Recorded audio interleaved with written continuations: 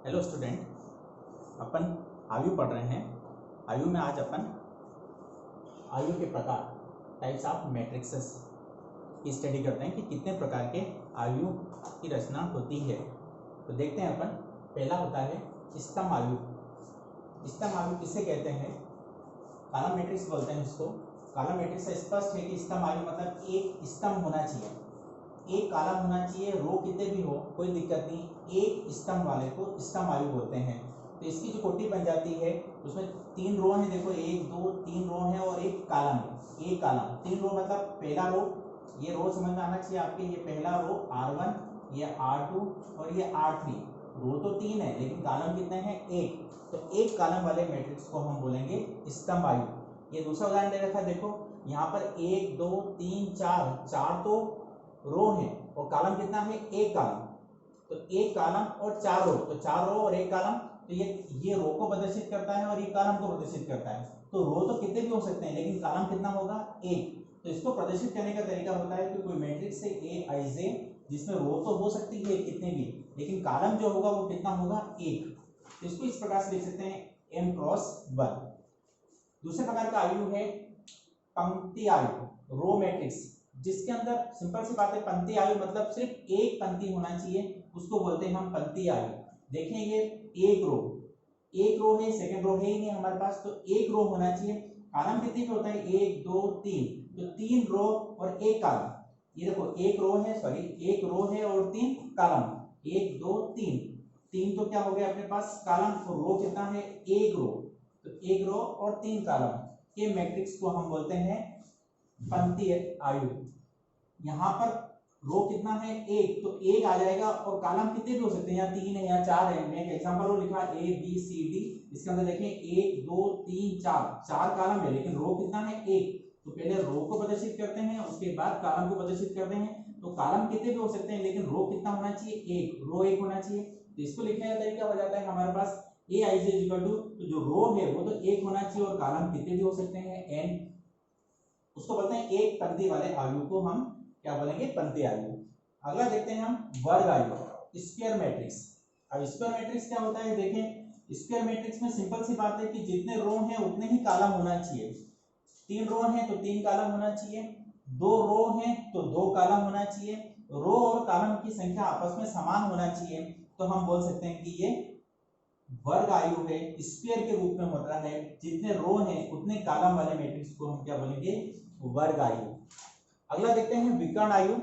Simple सी बात है, विकर्ण आयु ये किसको बोलते हैं? तो इसके आसपास के सिर्फ विकर्ण में, विकर्ण के रूप में आपके पास जो आना चाहिए उसके अंदर कोई भी संख्या हो सकती है लेकिन आसपास के अंक कितने होना चाहिए? 0।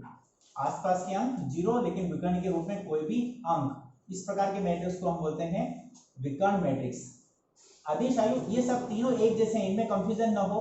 विकर्ण आयु, अदिश आयु और आइडेंटिटी मैट्रिक्स, तो तीनों एक जैसे हैं लेकिन अंतर कितना कितना है वो ध्यान रखने वाली बात है। ये हो गया विकर्ण मैट्रिक्स। अदिश आयु, स्केलर मैट्रिक्स, वो क्या होता है? स्केलर मैट्रिक्स में देखें विकर्ण में जो होता है, विकर्ण में जो अंक होते हैं वो समान होते हैं। विकर्ण विकर्ण में तो 1 और 2 आया है विकर्ण आयु में, यहाँ बदल गए हैं, लेकिन अदिश आयु में ये जो विकर्ण के जो अंक है वो एक जैसे होना चाहिए। मैंने 2 रो 2 कॉलम का मैट्रिक्स शो कर रखा है और 3 रो 3 कॉलम का मैट्रिक्स शो कर रखा है। देखें विकर्ण के रूप में 3 3 3 है यहाँ पर, लेकिन आसपास में जो अंक है, ये विकर्ण में 3 है और लेकिन आसपास में जो अंक है वो कितने होना चाहिए? 0। तो इस प्रकार के मैट्रिक्स को बोलते हैं हम अदिश आयु। एक होता है आइडेंटिटी मैट्रिक्स। आइडेंटिटी मैट्रिक्स का सिंपल से यूनिट मैट्रिक्स बोलते हैं इसको अपन। तो वर्ग आयु के रूप में रहते हैं ये, और विकर्ण के रूप में एक एक आना चाहिए। विकर्ण के रूप में, ये विकर्ण के रूप में कितना आना चाहिए? एक एक। यहाँ देखें विकर्ण के रूप में ये 3 रो 3 कॉलम का मैट्रिक्स है, तो विकर्ण के रूप में कितना है? एक एक। तो इस प्रकार के मैट्रिक्स को बोलते हैं हम आइडेंटिटी मैट्रिक्स। शून्य मैट्रिक्स किसे कहते हैं? शून्य मैट्रिक्स सिंपल सा है कि प्रत्येक अवयव शून्य होना चाहिए। हम इसको शून्य के रूप में भी लिख सकते हैं। 2 रो 2 कॉलम या 3 रो 3 कॉलम के मैट्रिक्स में प्रत्येक अवयव, प्रत्येक एलिमेंट शून्य होता है, तो हम बोलते हैं इसको शून्य मैट्रिक्स। और एक है आयु की समानता, इक्वल मैट्रिक्स। तो इक्वल मैट्रिक्स में देखें पहले तो ये होना चाहिए जितने रो उतने कॉलम है, वो दूसरे भी उतने रो उतने कॉलम होना चाहिए। उदाहरण के तौर पे अगर 2 रो 2 2 क्रॉस 2 है तो ये भी 2 क्रॉस 2 है, तो ये इनकी कोटि आपस में समान होना चाहिए। यदि ए और बी समान है तो ए और बी समान है तो जितने कोटि इसकी है ए की, उसी की कोटि बी की कोटि भी उतनी की उतनी होना चाहिए। तो इस प्रकार के मैट्रिक्स को हम बोलते हैं समांतर अवयव। लेकिन उसके बाद इक्विवेलेंट मैट्रिक्स कहलाएंगे। लेकिन एक चीज और याद रखना कि इसके प्रत्येक अवयव समान होना चाहिए। ए और बी के प्रत्येक अवयव A11 1, A11 1, A12 2, A12 2, A21 3, A21 3, A22 4, तो A22 4 यहाँ पर ये समान होना चाहिए। तो इस प्रकार के मैट्रिक्स को हम बोलते हैं A इक्वल टू बी, अर्थात मैट्रिक्स आपस में समान है। नोट कर लें इसको।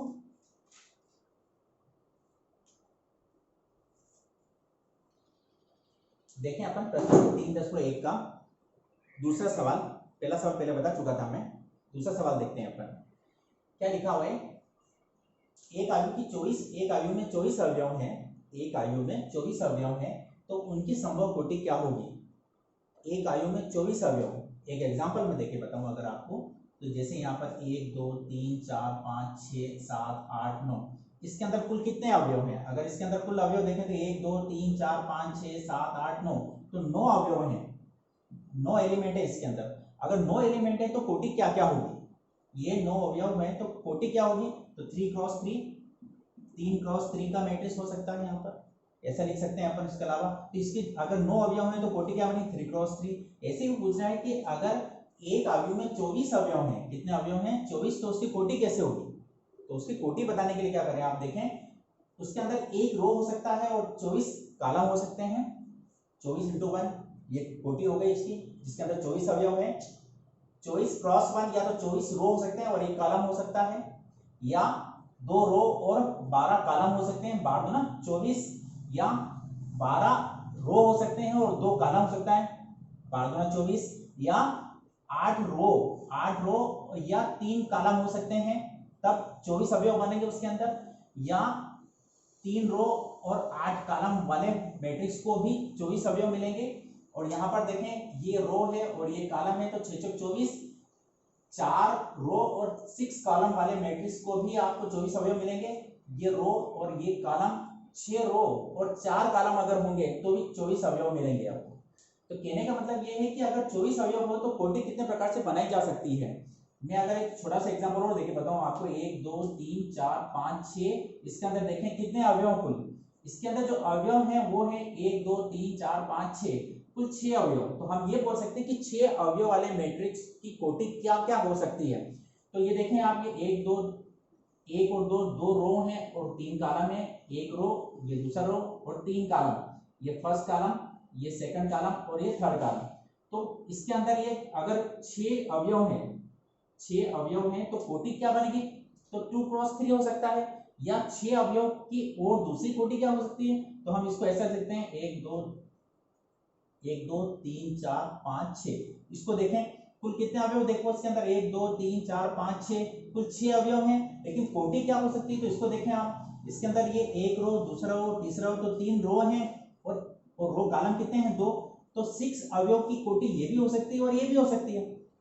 और क्या हो सकती है? तो देखें आप, और तरीका, अगर 6 अवयवों की बनाने हैं तो और कोटि कौन हो सकती है? 6 गुणित 1 हो सकती है, 6 इंटू 1 या 1 इंटू 6, मतलब 6 रो होना चाहिए और एक कॉलम आ जाएगा।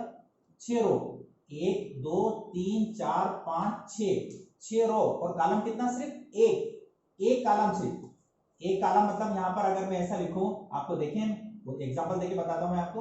1 2 3 4 4 5 6, और देखें आप यहाँ पर, अब इसके अंदर देखें कुल 6 अवयव है कि नहीं। आप इसके पहले चेक करो 6 अवयव है कि नहीं। तो 1 2 3 4 5 6 अवयव है बराबर। अब इसके अंदर देखो इसकी कोटि कितनी बनेगी? तो एक रो, दूसरा रो, तीसरा रो, चौथा, पांचवा और 6 तो रो है और कॉलम कितना? 1, तो 6 अवयव की कोटि एक ये भी हो गई। एक और हो सकती है, उसको लिख सकते हैं अपन 6 इंटू 1, मतलब 6 रो हो सकते हैं और कॉलम कितना होगा? 1, मतलब 6 रो और एक कॉलम वाले मैट्रिक्स की भी कोटि यानी 6 गुणित 1 हो सकती है। तो उसने पूछा ये था कि अगर 24 अवयव है तो उनकी कोटि कितने प्रकार से हो सकती है, मतलब कितने प्रकार से वो आयु बन सकता है। तो इतने प्रकार से वो आयु बन सकता है। एक और पूछा उसने कि अगर 13 अवयव हो तो कोटि क्या होगी। तो 13 अवयव की कोटि कौन सी होगी? सिर्फ 13 रो और एक कॉलम हो सकता है, या एक कॉलम और एक रो और 13 कॉलम वाले हो सकते हैं। ये 2 प्रकार के मैट्रिक्स की अवयव भी 13 हो सकते हैं, इससे अलावा नहीं होंगे। 2 क्वेश्चन है इसके अंदर हमारे पास।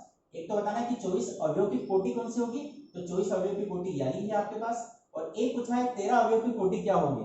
तो 13 अवयव की कोटि तो सिंपल सी 13 गुणित 1 होगी और 1 गुणित 13 होगी, इतने रो और इतने कॉलम, इतने रो या इतने कॉलम। लेकिन यहाँ पर 24 अवयव की जो कोटि कैलकुलेट करना है वो इतने प्रकार से कोटि कैलकुलेट हो सकती है। नोटिस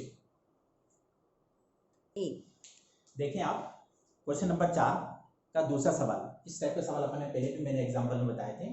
ये दूसरा सवाल इस टाइप का इंपॉर्टेंट भी है, पूछा जाता है।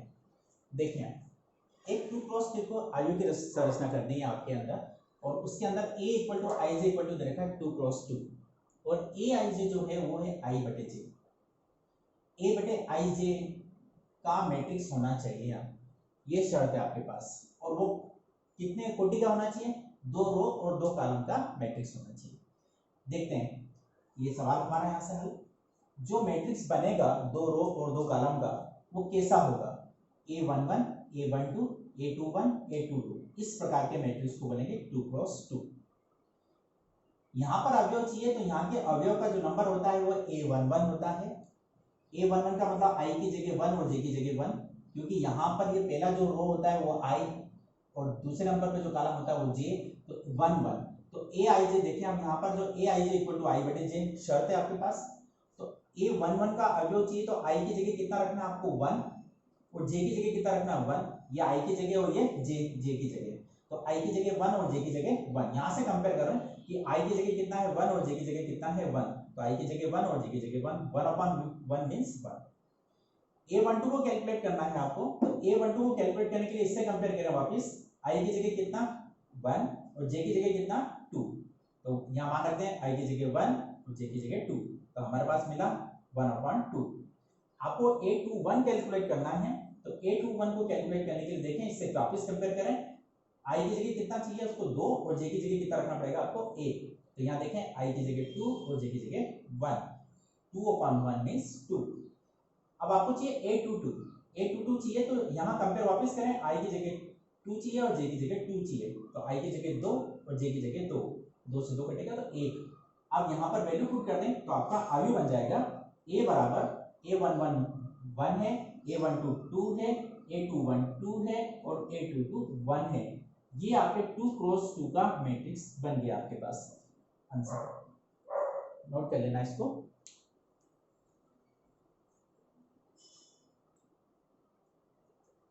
देखें अपन क्वेश्चन नंबर 6 का पहला सवाल। ये दे रखा है, इसके अंदर एक्स वाई जेड की वैल्यू कैलकुलेट करना है, एक्स कितना वाई कितना और जेड कितना। अगर आपको दिया हुआ है कि ये दोनों मैट्रिक्स आपस में बराबर हैं, यदि दोनों मैट्रिक्स आपस में बराबर है इसका मतलब है कि दोनों मैट्रिक्स आपस में समान है। मैंने समान आयु की पहले डेफिनेशन बताई थी, समान आयु उससे कहते हैं कि उनके अवयव भी समान होना चाहिए, वो होता है समान आयु। लेकिन उन्होंने कह दिया कि दोनों मैट्रिक्स आपस में समान है, इसका मतलब ये हुआ कि यहाँ पर ये 4 जो है वो किसके बराबर है, y के बराबर। यहाँ का A11 यहाँ के A11 के बराबर होगा तो ही समान आयु होता है, तो ही दोनों मैट्रिक्स आपस में बराबर होते हैं। तो y की वैल्यू तो 4 हो गई। यहाँ z इक्वल टू कितना होगा, देखें आप z इक्वल टू कितना होगा 3, यहाँ A12 यहाँ A12 कंपेयर करें तो z इक्वल टू 3, यहाँ पर 2 1 तो x इक्वल टू कितना आ जाएगा, x इक्वल टू 1, और यहाँ पर 5 कोई बात नहीं, 5 से 5 आ गया, दिक्कत आनी चाहिए कि समान आयु 6 हो ही नहीं सकता था, यहाँ पर ये दोनों आपस में 5 की 5 है। तो ये कह सकते हैं अगर ये दोनों मैट्रिक्स आपस में समान है तो इनके प्रत्येक अवयव भी समान होंगे, इसलिए यहाँ पर जो वैल्यू आती है वो x बराबर 1, y इक्वल टू 4 और z इक्वल टू 3, ये x y z की वैल्यू कैलकुलेट हो गई। सिंपल सा सवाल था ओनली। इसके बाद अपन दूसरा सवाल देखते हैं, थोड़ा सा कठिन, नोट कीजिए इसको। क्वेश्चन नंबर 6 का तीसरा पार्ट है, एक्स वाई जेड की वैल्यू कैलकुलेट करना है। अपन को दिया हुआ है कि ये एक मैट्रिक्स और ये एक मैट्रिक्स है, दोनों मैट्रिक्स आपस में इक्वल है, उन्होंने दिया हुआ है इक्वल है तो अपन ये कह सकते हैं कि इसका A11 जो है वो इसकी किसके बराबर होगा, 9 के बराबर होगा, और इसका जो A21 है वो किसके बराबर होगा, 5 के बराबर है, और जहां पर जो A31 है ये A3 नंबर पे वो कितना होगा 7। तो मतलब ये आपस में बराबर होंगे, इक्वल होगा तो ये आपस में बराबर होते हैं। ये इस तरह से मैं एक एग्जांपल बता दूं, एक्स वाई जेड अगर ये यहाँ पर और यहाँ पर 1 2 3, तो ये कह सकते हैं कि यदि दोनों मैट्रिक्स आपस में बराबर है तो यहाँ का अवयव ये दोनों आपस में बराबर होंगे, x equal to 1 y equal to 0 और z इक्वल टू 3। ये उत्तर हो गया आपका आंसर। तो यहाँ पर क्या करना है, उसने अगर समान मैट्रिक्स कहा है, इसका मतलब ये हुआ कि इनके प्रत्येक अवयव भी समान होंगे, इसलिए हम लिख सकते हैं कि x plus y plus z equal to 9, y x plus z equal to 5 और y plus z equal to 7। इस प्रकार से लिखने पर हमारे पास 3 समीकरण बन गए, 3 चरों वाले समीकरण तैयार हो गए आपके पास। अब इसको कैसे हल करता है ये आपको समझ में आना चाहिए। देखिए आप x और z मिलकर इन दोनों को हटा के अपन कितना लिख सकते हैं 5। तो समीकरण 1 में समीकरण 2 से अपन मान वैल्यू पुट कर देते हैं, तो ये y, इसको अगर चाहें तो इसको ऐसा लिख सकते हैं x plus z plus y is equal to 9। तो x प्लस जेड इसकी जगह क्या लिखते हैं अपन 5 plus y is equal to 9। तो y इक्वल टू 9 माइनस 5, तो y इक्वल टू कितना हो जाएगा 4। सिंपल सी बात है, x और z दोनों मिलकर कितना लिखते हैं मैंने 5, x और z मिलकर कितना लिख दिया 5। तो y 5 plus y is equal to 9 और 5 ट्रांसफर हो जाएंगे आपके पास, तो 9 माइनस 5 इज इक्वल टू 4। ये y की वैल्यू निकली। अब y की वैल्यू चाहो तो यहाँ रख दें तो z की वैल्यू आ जाएगी। देखिए आप y का मान ये लिख दें, y का मान समीकरण 3 में रखने पर, तो y की वैल्यू कितनी 4 plus z is equal to 7। तो z इक्वल टू 7 माइनस 4, तो z इक्वल टू कितना बन जाएगा 3। ये दो वैल्यू आ गए आपके पास। अब चाहो तो z की वैल्यू यहाँ रख दें तो आपको किसकी वैल्यू आ जाएगी, z की वैल्यू यहाँ पुट करने पर किसकी वैल्यू आ जाएगी, x का मान आ जाएगा। तो यहाँ देखिए यहाँ लिख सकते हैं अपन z का मान समीकरण 2 में रखने पर, तो ये है आपके पास x plus z equal to 5 और z इक्वल टू कितना आ गया आपके पास 3। तो x plus 3 is equal to 5, x ऐसे कि z की वैल्यू 3 रख दी अपन ने यहाँ पर, तो x is equal to 5 minus 3, तो x इज इक्वल टू कितना हो गया 2। ये x y z के मान कैलकुलेट हो गए। अगर आपकी वैल्यू सही है तो ये x y z के मान समीकरण 1 2 3 में कहीं भी देखो बराबर आना चाहिए। देखिए अपन x की वैल्यू अगर यहाँ पर 2 है, x की वैल्यू कितनी है 2, तो x की जगह 2 और z की जगह 3, तो x 3 और 2 कितने 5, कहीं पर रखो। y प्लस z, y की वैल्यू कितनी है 4 और z की वैल्यू कितनी है 4 और 3 7। अगर यहाँ x y z रखें अपन तो यहाँ पर x की वैल्यू कितनी है यहाँ पर 2 3 2 5 और 4 5 4 9, मतलब ये वैल्यू यहाँ रखने पर इसको संतुष्ट करती है, मतलब x y z की वैल्यू आपके मान सही है। नोटिस